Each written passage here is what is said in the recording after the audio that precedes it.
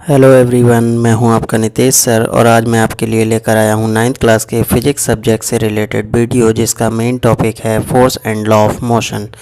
तो चलिए हम अपना वीडियो स्टार्ट करते हैं।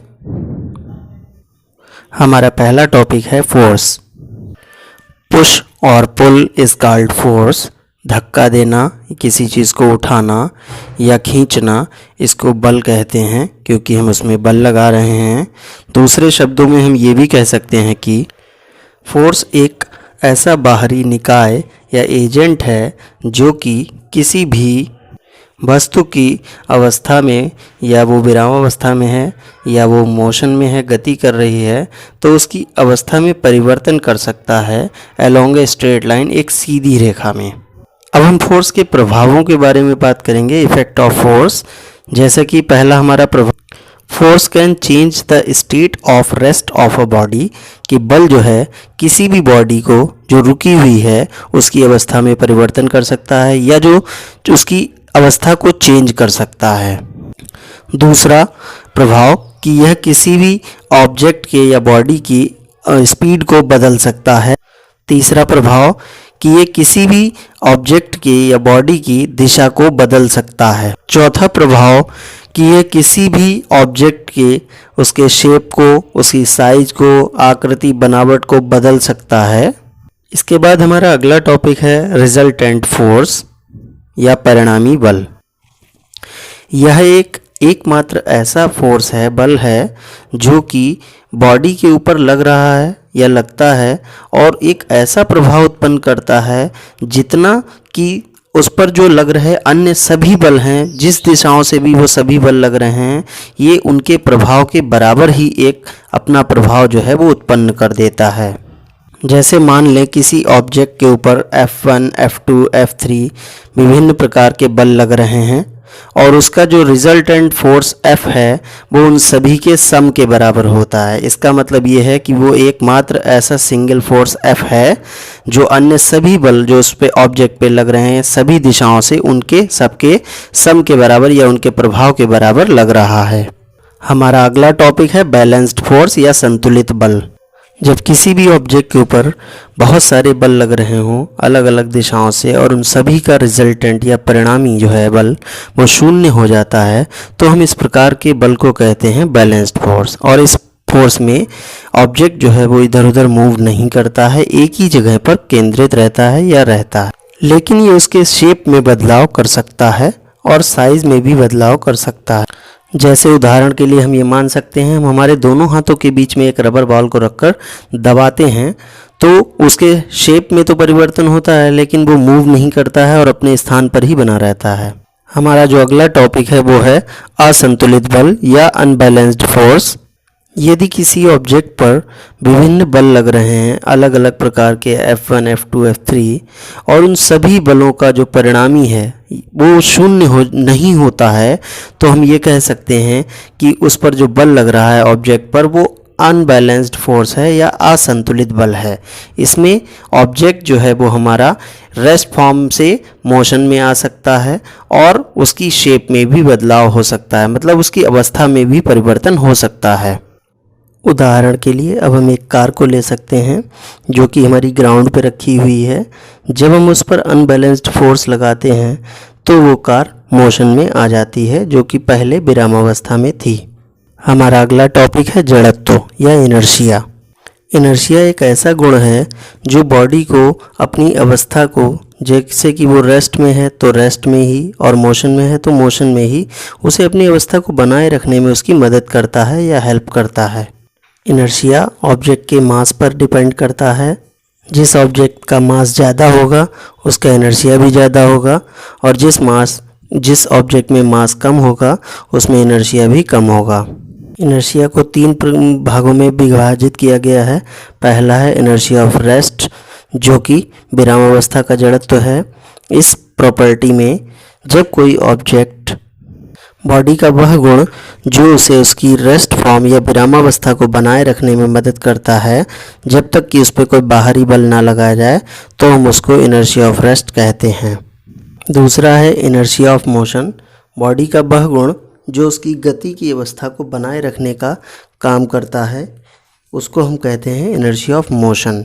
जब तक कि उस पर कोई बाहरी बल ना लगाया जाए तब तक हमारे बॉडी को जो है वो मोशन में ही रखता है। जैसे ही बॉडी पर कोई बल लगाते हैं तो वो विरामावस्था में आ सकती है। तीसरा प्रकार है इनर्शी ऑफ डायरेक्शन।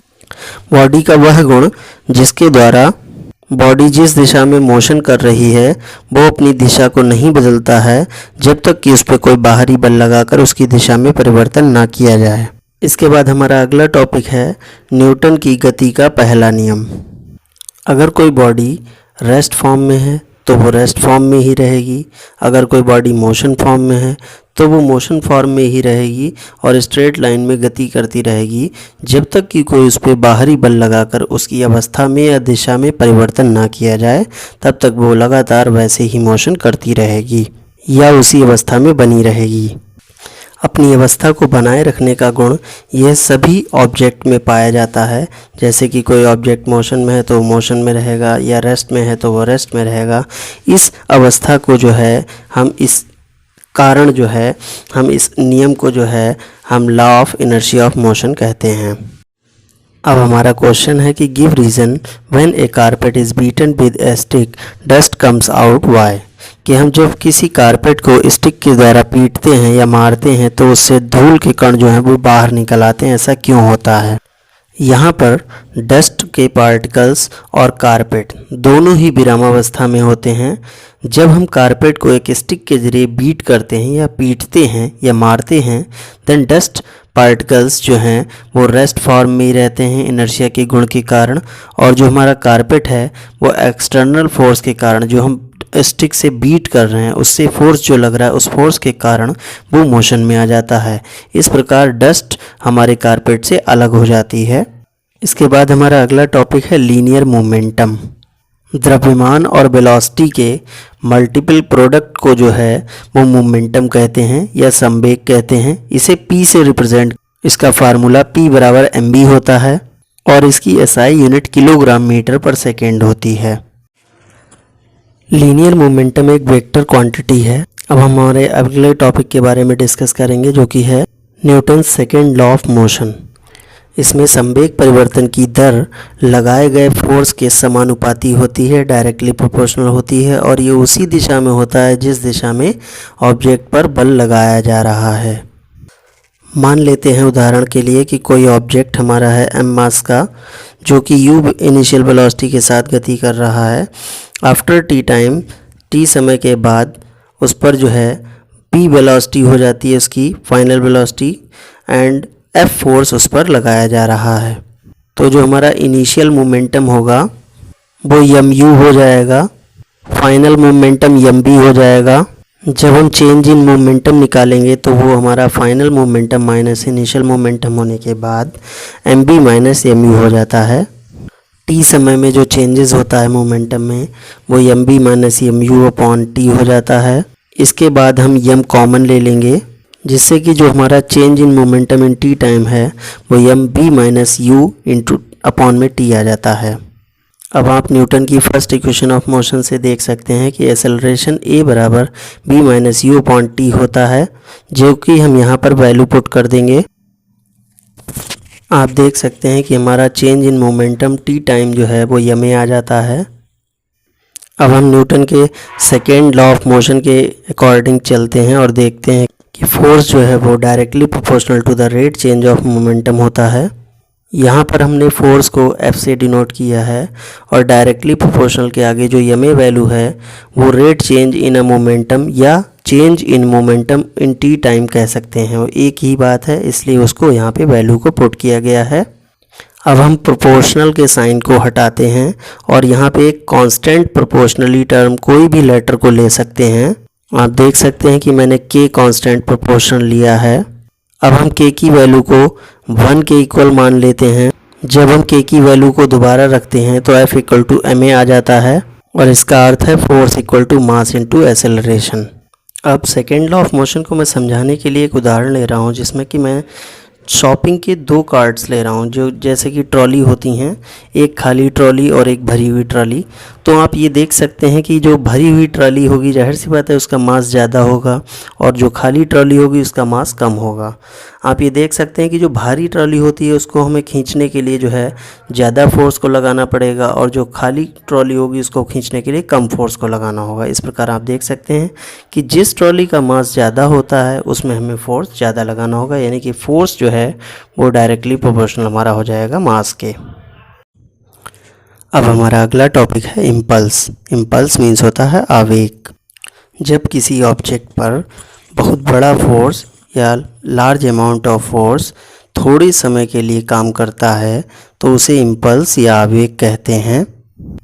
ये ऑब्जेक्ट में जो मोमेंटम बदल रहा होता है उसके बराबर होता है या चेंज इन मोमेंटम के इक्वल होता है। यह एक वेक्टर क्वांटिटी है और इसकी एसआई यूनिट न्यूटन सेकेंड होती है, क्योंकि impulse equal to force into time होता है। Impulse equal to m into v भी होता है। Impulse equal to F into del t भी कह सकते हैं। अब हमारा अगला टॉपिक है Newton's third law of motion. To every action has an equal and opposite reaction. प्रत्येक क्रिया की एक प्रतिक्रिया होती है उसके ही बराबर विपरीत दिशा में। जैसे मान लें कि एक ऑब्जेक्ट दूसरे ऑब्जेक्ट के ऊपर बल लगा रहा है तो दूसरा ऑब्जेक्ट भी उतना ही बल विपरीत दिशा में पहले ऑब्जेक्ट के ऊपर लगाएगा। हमारा अगला टॉपिक है संवेग परिवर्तन का नियम या law of conservation of momentum. मान लेते हैं कि हमारी दो बॉडीज़ हैं, दो वस्तुएं हैं, पहला ए और दूसरा बी। ए का मास m1 है, बी का मास m2 है। ए की और बी की जो इनिशियल प्रारंभिक वेग हैं वो u1 और u2 क्रमशः हैं। Then bodies collide. इसके बाद बॉडी जब टकराती हैं तो वो t टाइम के बाद टकराती हैं और टकराने के बाद उनकी जो फाइनल वेलोसिटीज़ हो जाती हैं क्रमशः a की हो जाती है v1 और b की हो जाती है v2। Then no external forces are acting on the bodies. इसके बाद कोई भी बाहरी बल दोनों बॉडीज़ के ऊपर नहीं लगता है। पहली बॉडी ए का rate change of momentum of a ball m1 into b1 minus u1 upon t हो जाएगा, क्योंकि पहले वाले में जो हमारा संवेग परिवर्तन है वो mass into final velocity minus initial velocity upon time taken होता है।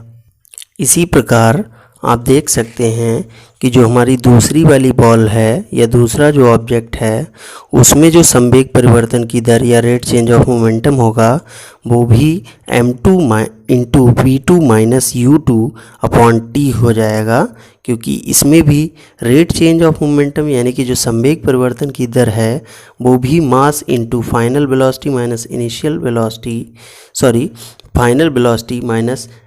वेलोसिटी अपॉन टाइम टेकन हो जाएगा। इसी प्रकार अब हम ये मान लेते हैं कि जो हमारा पहला वाला बॉल है ए वाला बॉल वो हमारा बी पर जो बल लगा रहा है वो एफ ए बी लगा रहा है और जो बी वाला बॉल है वो पहले वाले यानी कि ए वाले बॉल पर एफ बी ए बल लगा रहा है। इस प्रकार आप देख सकते हैं कि जो एफ ए बी होगा वो हमारा पहले वाले बॉल का था, क्योंकि पहले ने दूसरे के ऊपर लगाया था, तो वो m1 इंटू वी1 माइनस u1 अपॉन टी हो जाएगा। और जो दूसरे वाले बॉल ने पहले वाले बॉल के ऊपर फोर्स लगाया है एफ बी ए वो हमारा m2 इंटू वी2 माइनस u2 अपॉन टी हो जाएगा।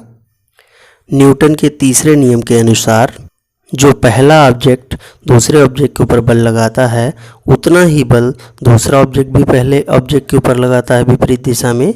इसलिए हमारा जो एफ ए बी है वो हमारा नेगेटिव एफ बी ए के बराबर हो जाएगा, क्योंकि दोनों एक दूसरे के अपोजिट दिशा में होते हैं। यही हमारा न्यूटन का थर्ड लॉ है।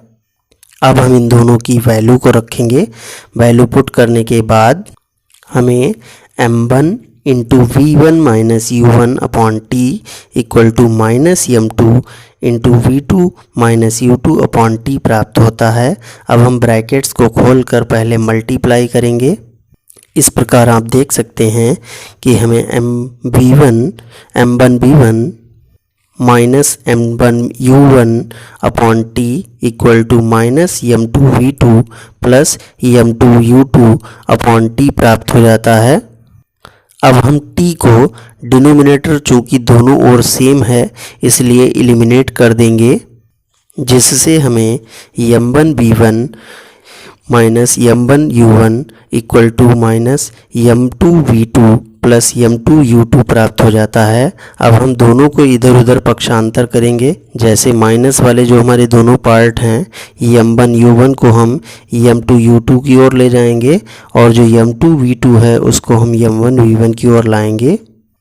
तो हमें m1v1 plus m2v2 equal to m1v1 plus m2v2 प्राप्त हो जाता है। और इस प्रकार हम कह सकते हैं कि total momentum before collision equal to total momentum after collision है। और this is the our rule of conservation of mass.